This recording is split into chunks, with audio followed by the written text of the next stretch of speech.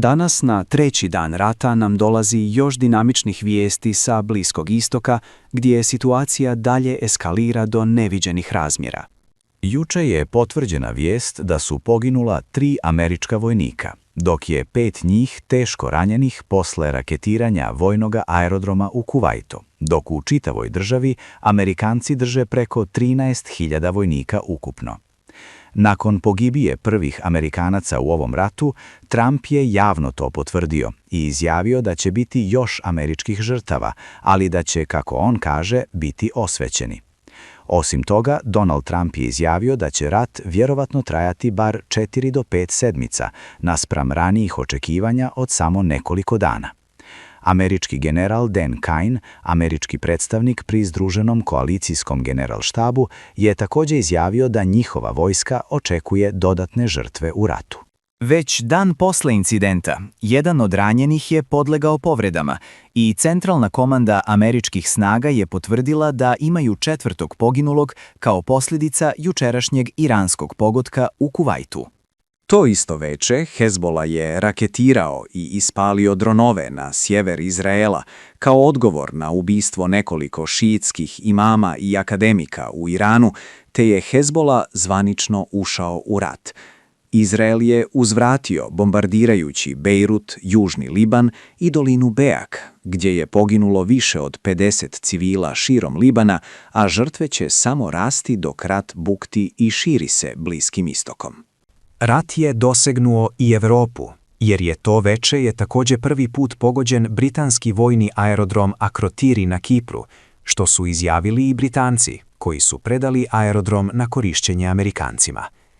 Već sutradan, odnosno danas, su izašli dodatni snimci gdje su i u današnjoj turi raketiranja Iranci opet gađali britanski vojni aerodrom na Kipru sa balističkim raketama i dronovima, što se može vidjeti i na dostupnim snimcima.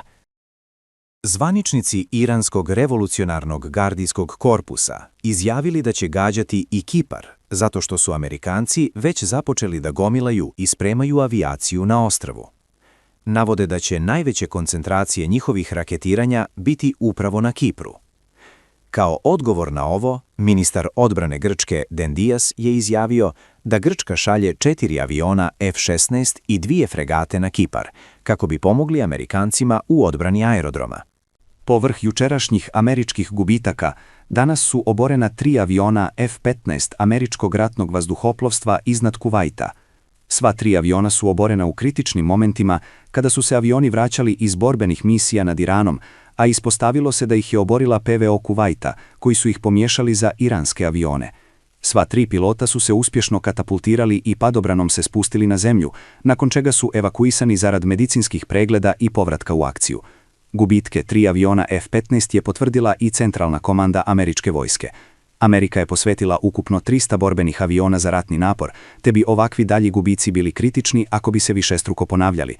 Osim pada aviona F-15, u Kuvajtu je bilo još štete, jer je Ministarstvo odbrane Kuvajta saopštilo da je jedan njihov vojnik poginuo tokom izvršavanja dužnosti u zalivu, što je ujedno prva arapska vojna žrtva u američkoj koaliciji.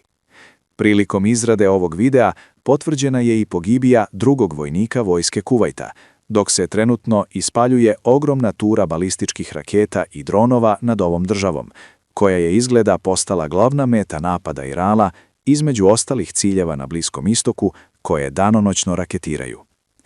Pogođeni su i ciljevi unutar Izraela.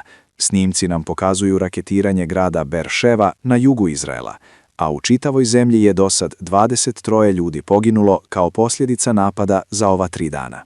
Unutar Persijskog zaliva, Iranci su nastavili da gađaju naftne tankere koji pokušavaju da uđu i izađu iz zaliva zarad svjetskog snabdijevanja naftom. Kao rezultat toga, više od 30 tankera je bilo teško oštećeno ili potopljeno kao rezultat napada zato što su se oglušivali na naredbe iranske mornarice. U međuvremenu, Iranci nastavljaju sa napadima balističkih raketa i dronova na kopnu širom svih zemalja Bliskog istoka, kao i juče, te dodatno remete naftnu industriju. Mete su sada proširene i naftne rafinerije u Saudijskoj Arabiji, gdje je danas pogođena ogromna rafinerija arapsko-američke naftne kompanije Ras An-Nur, jedna od najvećih rafinerija naftne na svijetu, koja je buknula u plamen. Većina radnika je pobjegla ili evakuisana sa radnih mjesta zbog štete. Snimci, kao i satelitske slike, potvrđuju da je razmjera štete ogromna, a čitava arapsko-američka naftna kompanija, jedan od najvećih proizvođača naftne na svijetu, je obustavila operacije. Osim rafinerije u Saudijskoj Arabiji, jučerašnja raketiranja su teško oštetile i dubajsku luku Džabal Ali u Emiratima, koja je ključna za svjetsko snabdijevanje nafte. Ovi napadi će imati katastrofalne posljedice po svjetsku ekonomiju i cijene naftnih derivata, što ujedno može brzo dovesti do ekonomske stagnacije zemalja zaliva i njihovu mogućnost vođenja rata uz Ameriku. Paralelno sa ovim, iako Iranci uspješno gađaju ciljeve američke koalicije, i sami trpe gubitke uslijed neprestalnog vazdušnog bombardovanja od strane Amerike i Izraela, koji nastavljaju da gađaju iranske kasarne, aerodrome i neke od brojnih lansera balističkih raketa. Ovo je centralna komanda američke vojske potvrdila i brojnim snimcima, koji potvrđuju njihove tvrdnje, uključujući uništenje aviona Suhoj Su-22 na pistama pored lansera sa njihovim dronovima MQ-9 Reaper, koji se koriste za gađanje tehnike. Dok Amerikanci koriste dronove za gađanje tehnike i sitne ciljeve, avioni su rezervisani za gađanje bunkera i utvrđenih ciljeva širom Irana, jer nose moćniji asortiman oružja. Dodatni videi centralne komande nam također pokazuju da je ratna mornarica Irana pretrpela teške gubitke u vidu i da su vjerovatno svi njihovi brodovi potopljeni, te da su pretrpeli ubedljivo najteže gubitke od svih grana vojske Irana. Iranska PVO je dosta oslabljena od gubitaka koje je ljetos pretrpila i nije u mogućnosti da nanosi veliku štetu koalicionim snagama, ali su ipak imali umjerene uspjehe, jer su danas i juče oborili 2 američka drona MQ-9 Reaper i jedan izraelski dron Heron uz nekoliko dronova Hermes.